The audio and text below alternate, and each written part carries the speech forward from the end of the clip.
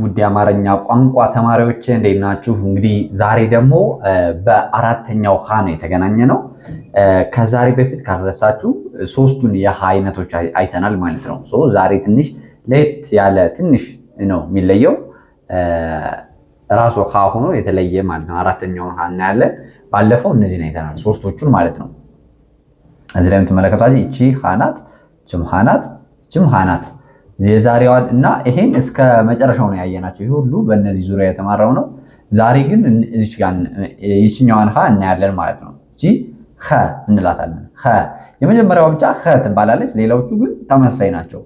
ኸ፣ ሁ፣ ሂ፣ ሃ፣ ሄ፣ ህ፣ ሆ ያችሁ ተመሳሳይ ናቸው። ግን የመጀመሪያዋ ብቻ ኸ እንላታለን። ለምሳሌ እንደውም ሀ ሁለት ሀ አለ በአንድ እንትን ውስጥ ማለት ነው። ለምሳሌ የመጀመሪያዋን ሀሌታ ውሃን ብናያ ሀ፣ ሁ፣ ሂ፣ ሃ፣ እሺ፣ ሃ፣ ሄ፣ ህ፣ ሆ። አሁን እዚህ ላይ ይችኛው የመጀመሪያዋና አራተኛዋ ተመሳሳይ ናቸው። እንደዚህ ግን መሆን አልነበረበትም። እውነት ለመናገር ማለት ነው። እንዴት ነው መሆን ያለበት? እንደ ሌሎቹ ማለት ነው። ለምሳሌ ለን ብንጽፍ ለ፣ ሉ፣ ሊ፣ ላ፣ ሌ፣ ል፣ ሎ እንደዚህ ነው መሆን ያለበት። ስለዚህ የመጀመሪያዋን ለ አልን ማለት የመጀመሪያዋንም የሃን ቤት ሀ ነው ማለት የነበረብን ማለት ነው። ስለዚህ እንደ ሌሎቹ አወራረድ እንደ ሌሎቹ አረባብ ከሆነ ሀ የመጀመሪያ ፊደል መሆን የለባትም ነበር ማለት ነው። ተረታችሁ ከሆነ እና በዛ መሰረት ትክክለኛዋ ሀ ይቺ ልትሆን ነው ማለት ነው። በሌላው የአማርኛ ፊደል አጻጻፍ መሰረት በሌሎቹ መሰረት ማለት ነው። ስለዚህ በዛ መሰረት ሀ እንላለን። ሌሎቹ ተመሳሳይ ናቸው። ተደጋጋሚ ፊደል የለንም ማለት ነው። እንደዚህ አድርገን እንደጻፍ ነው እንጂ እንደሌላኛው ሁለት ተደጋጋሚ ፊደል ይኖራናል ማለት ነው። እና ዞሮ የዛሬ ትምህርታችን ይቺ ነች የምትሆነው። እስከ መጨረሻው በደንብ ተከታተሉ እየጻፋችሁ ማለት ነው። ኦኬ እዚህ ላይ ምን ይለናል? ይሄ ሀ አለ፣ እዚህ ጋር ለ አለ። ምንድነው ማዛመድ ነው ትዕዛዙ። ለምሳሌ እዚህ ላይ አየለ ይለናል። አየለ ማለት ምን ማለት ነው? ተመሳሳይ ትርጉም መስጠት። ለምሳሌ አየለ ማለት በረታ ማለት ነው አይደለም? ሁለተኛ ረዳት ይላል። ረዳት ማለት ደግሞ ከዚህኛው ጋር የሚመሳሰል አጋዥ የሚለው ቃል ነው ማለት ነው። ስለዚህ ረዳት ለሚለው አጋዥ የሚለውን እናዛመዳለን ማለት ነው። ሶስተኛ ሰፈረ ይላል። ሰፈረ የሚለው የተሰጠው ለካ ማለት ነው። መስፈር ማለት መለካት ነው አይደለ? ስለዚህ ሰፈረ ለካ ይሆናል። አራተኛ ጨበጠ ይሆናል። ጨበጠ ማለት ምን ማለት ነው? ያዘ። አሁን እኔ ጨብጫለሁ አይደል? ይሄ ስለዚህ ጨበጠ ማለት ያዘ የሚለውን ይይዝልናል ማለት ነው። ስለዚህ ያዘ። እዚያ ዘነጠ ይለናል። ዘነጠ አምስተኛው ዘነጠ ኮራ ማለት ነው። ዝንጥ ብሏል ወይ ደግሞ ኩርት ብሏል፣ ኮርቷል እንደማለት ነው። ስለዚህ ዘነጠ የሚለው ኮራ ይሆናል። እዚህ ላይ ምን እየተማራችሁ ነው ማለት ነው? አንድ የአማርኛ ቃል ሌላ እኩል ትርጉም ሊኖረው የሚችል ሌላ ይኖረዋል ማለት ነው። ስለዚህ ይህን ተመሳሳይ ፍቺ ያላቸው ቃላቶች እንላቸዋለን። ኦኬ ሌላኛው እዚህ ላይ ደግሞ ምንድነው የሚላል? ለሚከተሉት ቃላት ፍቺ ስጡ ነው። ተመሳሳይ ነው። ለምሳሌ ፈረሰ ይላል አይደል? እዚህ ላይ ፈረሰ ማለት ተናደ፣ ፈረሰ ተናደ እንላለን። ለምሳሌ የሆነ ነገር እንደዚህ ከምራችሁ ቆልላችሁ ከተናደ ፈረሰ ማለት ነው አይደለ? እሱን ለማለት ነው። ተደፋ ይላል። ተደፋ የሚለው ደግሞ ፈሰሰ የሚለውን ሰጥቶናል ማለት ነው። እዚህ ላይ ተደፋ ማለት ፈሰሰ የሚል ይሆናል። ስለዚህ አሁን እዚህ ላይ በዚህ በላይኞቹ መሰረት አንደኛው ተሰራ ይላል።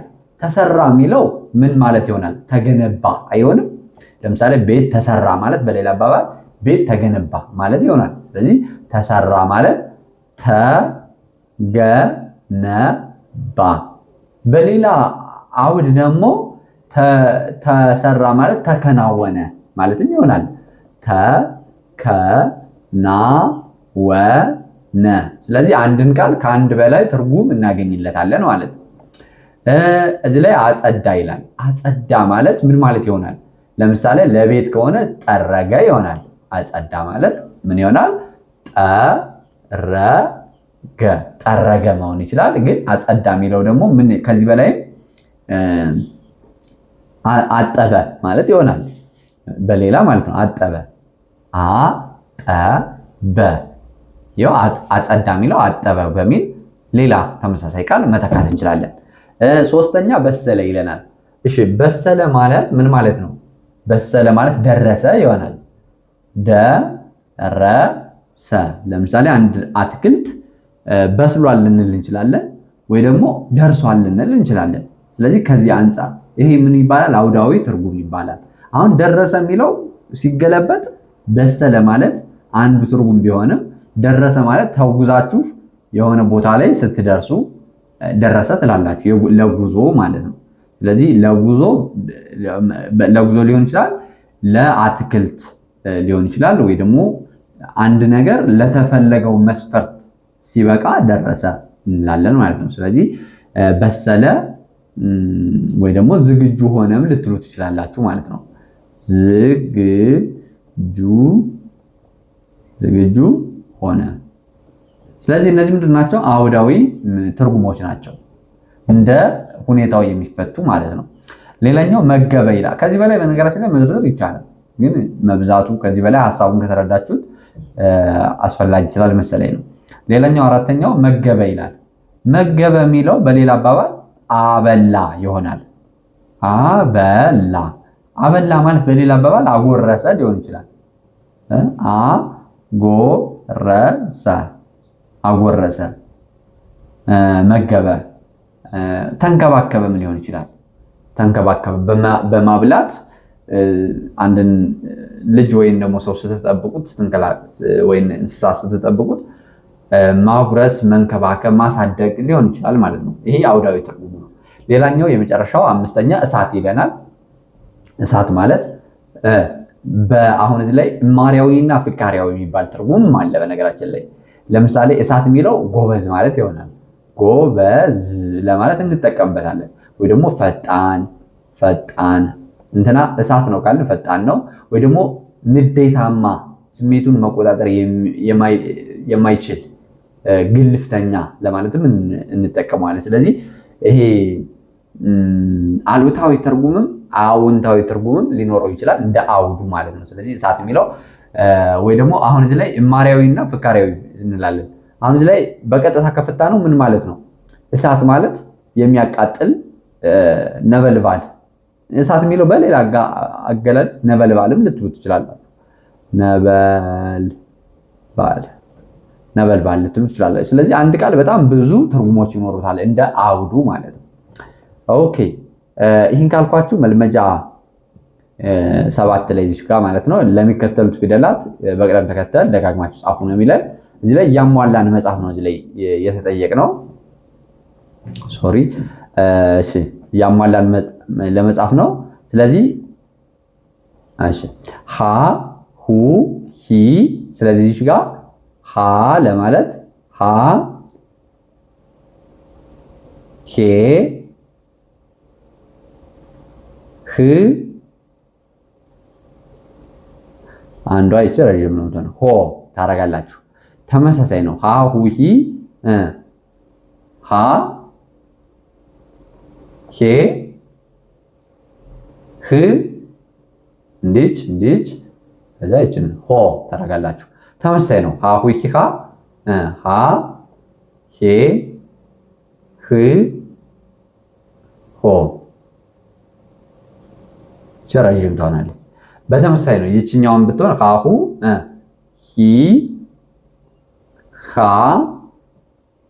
ሄ ህ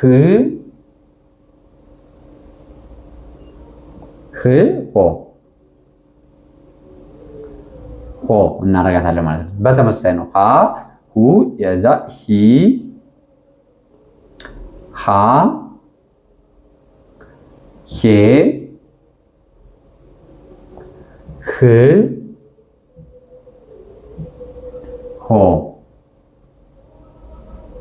ሆ እናረጋለን። ይህን የመጨረሻዋን ይችን እናንተ አሟሏት ማለት ተመሳሳይ ነው። ኦኬ ቀጣይ የሚሆነው የኸ ነው። የኸ ነው የሚሆነው። ይህንም በተመሳሳይ ኸ ሁ ሂ ሃ ሄ ህ ሆ ታረጋላችሁ ማለት ነው። ተመሳሳይ ነው። ሀ ሁ ሂ ሃ ሄ ህ ሆ ታረጋላችሁ። ይህን የመጨረሻውን እናንተ ጻፉት ተመሳሳይ ስለሆነ ማለት ነው። እሺ ሌላኛው እዚህ ላይ ለሚከተሉት ቃላት የሚከተሉትን ቃላት ጻፏቸው ነው የሚለው። ለምሳሌ ኦኬ ዳኸ መኸር ይኸው ጩኸት። እነዚህ ምንድን ነው የተጠየቀ ነው? ጻፏቸው ነው የተባላችሁ። ስለዚህ እናንተ ዝም ብላችሁ ትጽፉታላችሁ ማለት ነው። ትእዛዙ ዳኸ ተጽፏታላችሁ። መኸድ መሄድ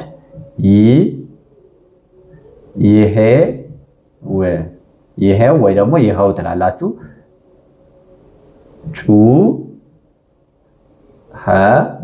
ጩኸት ነው ያለው ጩኸት ትላላችሁ ማለት ነው። ስለዚህ ይህን መጻፍ ነው። እዚህ ላይ ደግሞ መልመጃ 20 ለሚከተሉት አረፍተ ነገሮች ጻፏቸው። ይህንም መጻፍ ነው። ስለዚህ ህፃኑ እየዳኸ መጣ። ይህን ደብተራቸው ላይ ጻፉ። የመኸር ወቅት ደረሰ። ይህንም ጻፉ። ጩኸት ይሰማል። ጻፉ። ይህንም ይኸው መምህር መጣ። ስለዚህ ይህንም ጻፉ ማለት ነው። ይህ የእጅ ጽሁፋችሁን እንድትለማመዱ የሚያግዛችሁ ነው ማለት ነው። ስለዚህ በሚቀጥለው ትምህርታችን ምዕራፍ 9 ላይ የግል ንጽህና በሚል ርዕስ ውስጥ ስለ ሰና ሰ ሁለቱ ሰዎች እንማራለን ማለት ነው። ስለዚህ እስከዛ ግን ላይክ፣ ሰብስክራይብ እና ሼር ማድረጋችሁ እንዳትረሱ። የዛሬ ቆይታችን ይሄ ነው። በቀጣይ ደግሞ ጥሩ አድርጌ እንዳቀርብላችሁ ላይክ፣ ሰብስክራይብ እና ሼር አድርጉ። በውስጥ መስመር መማር የምትፈልጉ ልጆች ስልኬ ላይ ደውሉልኝ። ቴሌግራም ላይ፣ ዋትስአፕ ላይ እና ኢሞ ላይ ይገኛለሁ። አሁን አናግሩኝና ትምህርታችሁን ዛሬው ጀምሩ። በጣም ግልጽ በሆነ መንገድ በግላችሁ እያጠናችሁ ቶሎ ማንበብ መጻፍና መረዳት ትችላላችሁ ሳትሰለችሁ ማለት ነው። የዛሬ ቆይታችን ይሄ ነው። ሰላማችሁ በያላችሁበት ይብዛልኝ። ትምህርታችሁን ግልጽላችሁ። ሰላም፣ ፍቅር፣ ጤና ለሀገራችን። ይህ የእናንተው ምርጥ ፋኖስ ኢትዮጵያ ነው።